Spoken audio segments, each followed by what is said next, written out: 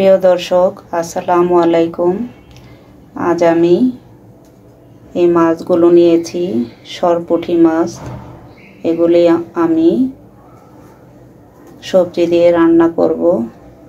আমি চুলায় একটি কড়াই বসিয়ে দিয়েছি, তেলটাও দিয়ে দিয়েছি। এখন মাছটাকে দিয়ে দিচ্ছি।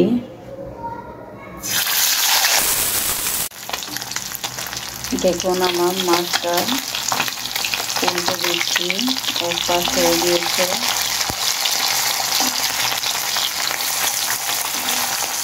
ঠিক এভাবে করে আমি সবগুলো মাছ ভেজে নেব।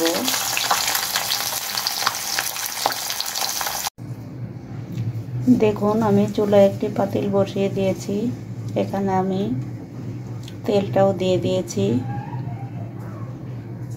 এখন আমি পেঁয়াজ কুচিটা দিয়ে দিব।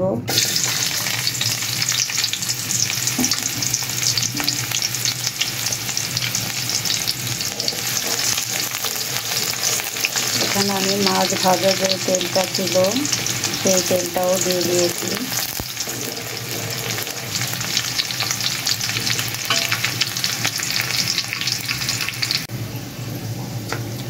দেখুন আমার পেঁয়াজটা হয়ে গিয়েছে, এখানে আমি পানি দিয়ে দিচ্ছি। দিয়ে দিচ্ছি হলুদ গুঁড়া,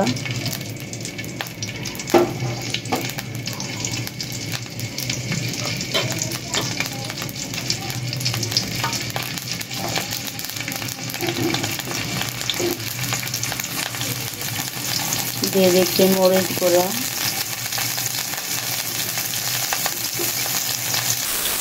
এখন আমি মশলাটাকে একটু কষিয়ে নিব।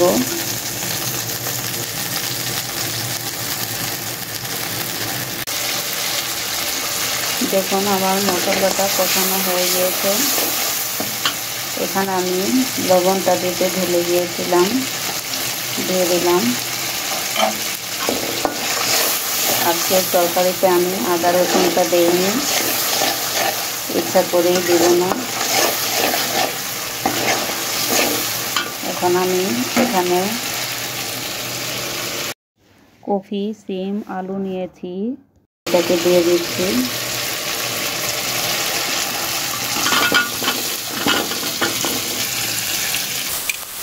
এখন আমি সবজিগুলোকে কষিয়ে নিব।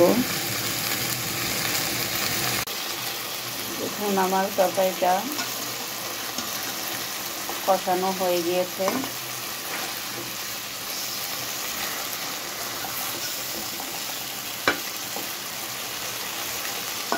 এখন আমি এখানে একটি টমেটো কুচি নিয়েছি, দিয়ে দিচ্ছি।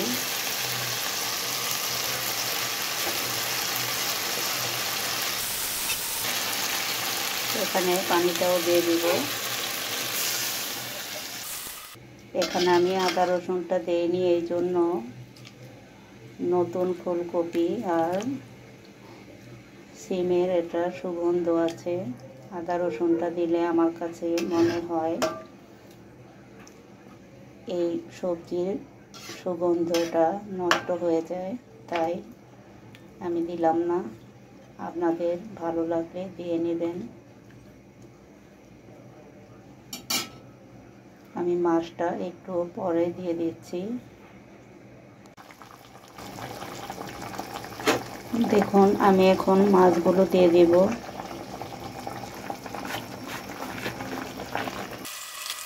একটু কাঁচামরিচ দিয়ে দিচ্ছি।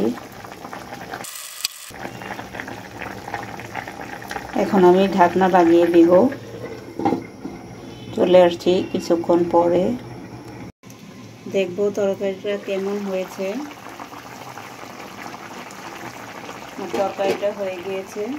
এখন আমি ধনিয়া পাতা নিয়েছি, এটাকে দিয়ে দিব।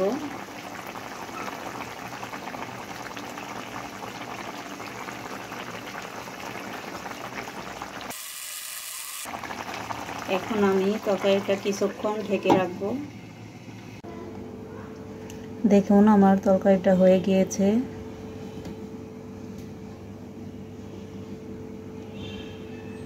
আমার তরকারিটা রান্না যদি ভালো লেগে থাকে একটি লাইক দিবেন, কমেন্টস করবেন। আর সাবস্ক্রাইব করে পাশেই থাকবেন। আল্লাহ হাফেজ।